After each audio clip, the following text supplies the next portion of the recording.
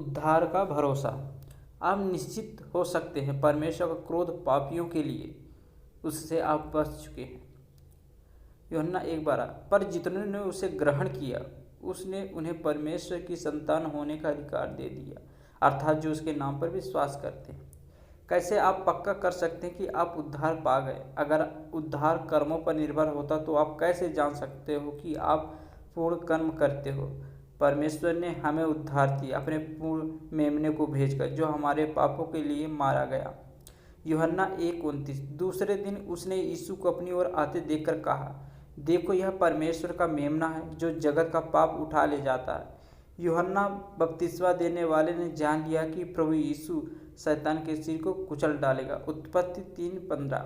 और मैं तेरे और इस स्त्री के बीच में और तेरे वंश और इसके वंश के बीच में बैर उत्पन्न करूंगा, वह तेरे सिर को कुचल डालेगा और तू उसकी एड़ी को डसेगा। जब इसहाक ने पूछा अपने पिता से, कौन बलिदान का मेमना देगा? तब पिता ने कहा, परमेश्वर स्वयं प्रदान करेगा। किंतु उस समय परमेश्वर ने एक मेढ़े को दिया उसकी बलि चढ़ाने को। उत्पत्ति 22:1-14। इन बातों के पश्चात ऐसा हुआ कि परमेश्वर ने अब्राहम से यह कहकर उसकी परीक्षा की, हे अब्राहम। उसने कहा, देख मैं यहाँ हूँ। उसने कहा, अपने पुत्र को अर्थात अपने इकलौते पुत्र इसहाक को, जिससे तू प्रेम रखता है, संग लेकर मोरियाह देश में चला जा और वहाँ उसको एक पहाड़ के ऊपर, जो मैं तुझे बताऊंगा, होम बल करके चढ़ा। अतः अब्राहम सवेरे तड़के उठा और अपने गदहे पर काठी कसकर अपने दो सेवक और अपने पुत्र इसहाक को संग लिया और होम बल की लकड़ी चीर ली। तब निकलकर उस स्थान की ओर चला जिसकी चर्चा परमेश्वर ने उससे की थी। तीसरे दिन अब्राहम ने आंखें उठाकर उस स्थान को दूर से देखा और उसने अपने सेवकों से कहा, गदहे के पास यहीं ठहरे रहो, यह लड़का और मैं वहाँ तक जाकर और दंडवत करके फिर तुम्हारे पास लौट आएंगे।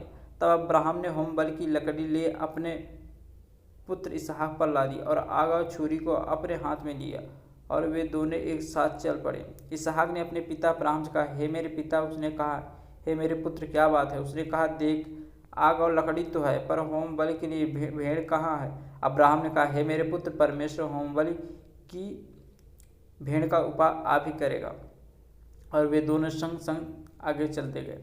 जब वे उस स्थान को जिसे परमेश्वर ने उसको बताया था पहुँचे, तब अब्राहम ने वहाँ वेदी बनाकर लकड़ी को चुन चुन कर रखा और अपने पुत्र इसहाक को बांधकर वेदी पर की लकड़ी के ऊपर रख दिया। फिर अब्राहम ने हाथ बढ़ाकर छुरी को ले लिया कि अपने पुत्र को बलि करे। तब यहोवा के दूत ने स्वर्ग से उसको पुकार के कहा, हे अब्राहम, हे अब्राहम। उसने कहा, देख मैं यहाँ हूँ। उसने कहा, उस लड़के पर हाथ मत बढ़ा और न उससे कुछ कर, क्योंकि तूने जो मुझसे अपने पुत्र वरन अपने इकलौते पुत्र को भी नहीं रख छोड़ा। इससे मैं अब जान गया कि तू परमेश्वर का भय मानता है। तब अब्राहम ने आंखें उठाई और क्या देखा कि उसके पीछे एक मेढ़ा अपने सींगों से एक झाड़ी में फंसा हुआ है। अतः अब्राहम ने जाकर उस मेढ़े को लिया और अपने पुत्र के स्थान पर उसे होम बलि करके चढ़ाया। अब्राहम ने उस स्थान का नाम यहोवा यिरे रखा। इसके अनुसार आज तक भी कहा जाता है कि यहोवा के पहाड़ पर उपाय किया जाएगा।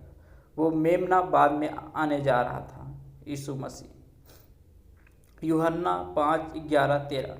और वह गवाही यह है कि परमेश्वर ने हमें अनंत जीवन दिया और यह जीवन उसके पुत्र में है। जिसके पास पुत्र है उसके पास जीवन है, और जिसके पास परमेश्वर का पुत्र नहीं उसके पास जीवन भी नहीं है। मैंने तुम्हें जो परमेश्वर के पुत्र के नाम पर विश्वास करते हो इसलिए लिखा है कि तुम जानो कि अनंत जीवन तुम्हारा है। वह कौन है जिसके पास पुत्र है? यह वह है जिन्होंने उस पर विश्वास किया और उसे स्वीकार कर लिया। अगर तुम्हारे पास यीशु है तो जीवन है, थोड़े समय का नहीं किंतु अनंत जीवन। लूका 24:45-47।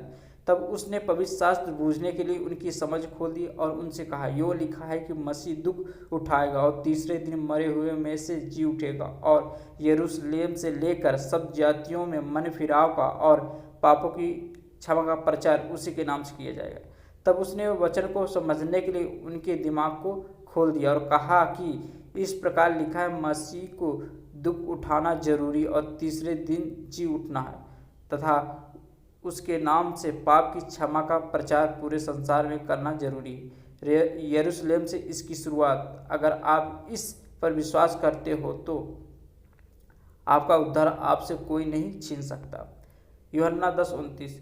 मेरा पिता जिसने उन्हें मुझको दिया सबसे बड़ा है और कोई उन्हें पिता के हाथ से छीन नहीं सकता।